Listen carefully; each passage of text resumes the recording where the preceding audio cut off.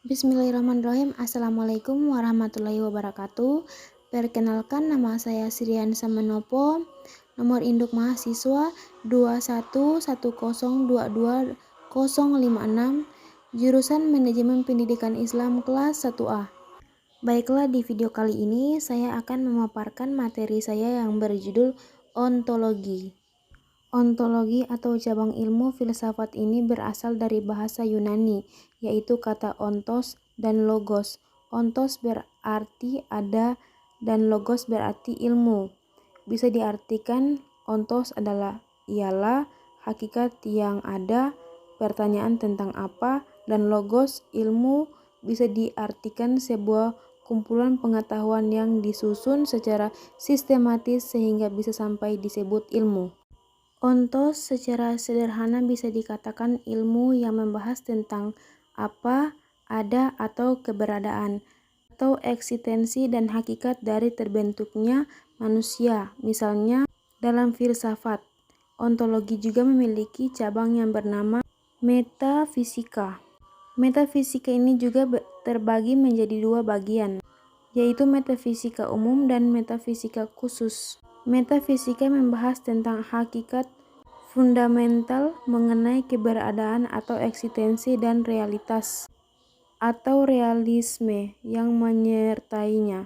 Metafisika umum membahas tentang ada, wujud, keberadaan suatu benda, hakikat, dan lain-lain. Sedangkan metafisika khusus membahas tentang kosmologi atau alam sementara atau dunia, antropologi atau manusia, dan teologi spiritual dan ketuhanan. Kosmologi dapat diartikan sebagai cabang metafisika khusus yang spesifik membahas tentang bagaimana alam semesta ini bisa terbentuk.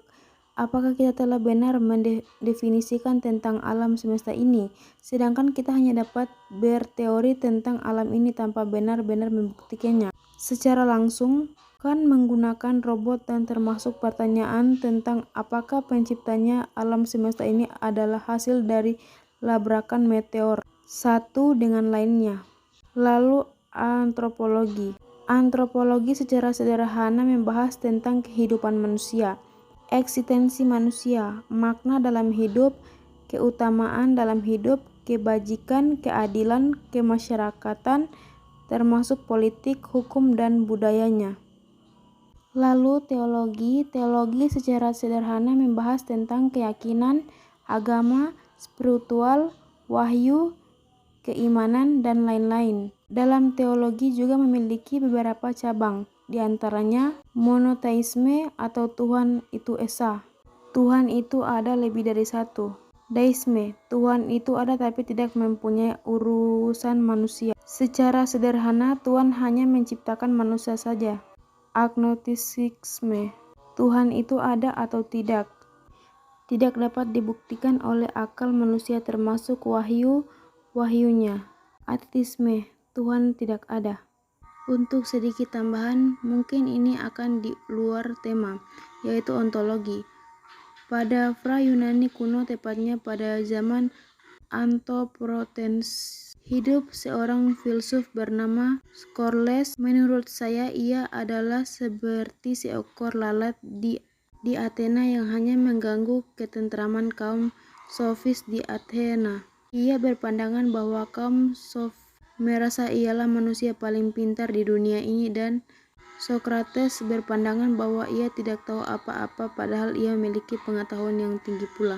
Kutipan Socrates yang terkenal ialah, "Aku tidak bisa mengajar apapun pada siapapun, tapi aku bisa membuat mereka berpikir." Itu adalah kutipan yang berarti Socrates tidak bisa memaksakan pengetahuan muridnya untuk masuk ke pemikirannya, tapi Socrates hanya bisa membimbing muridnya untuk dapatkan kebenaran atau pengetahuan. Socrates memiliki metode pengajaran tersendiri, yaitu 1. Socrates bertanya kepada muridnya dan muridnya memberikan argumen dia. 2. Socrates memberikan pujian yang terlebih terhadap argumen itu.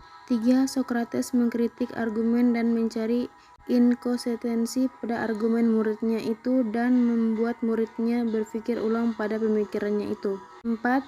Sokrates membimbing muridnya itu untuk mengambil kesimpulan yang tepat akan argumennya itu. 5.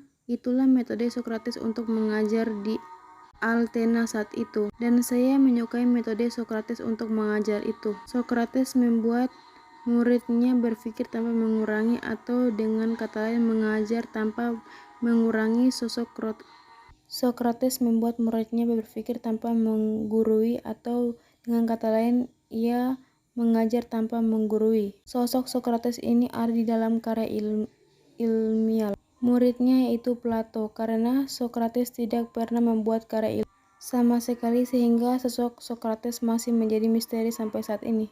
Baiklah, sekian dari pemaparan video saya untuk kali ini. Mohon maaf bila ada salah kata dan kekurangan lainnya. Saya Srian Samanopo, mohon pamit undur diri. Billahi taufiq wal hidayah. Wassalamualaikum warahmatullahi wabarakatuh.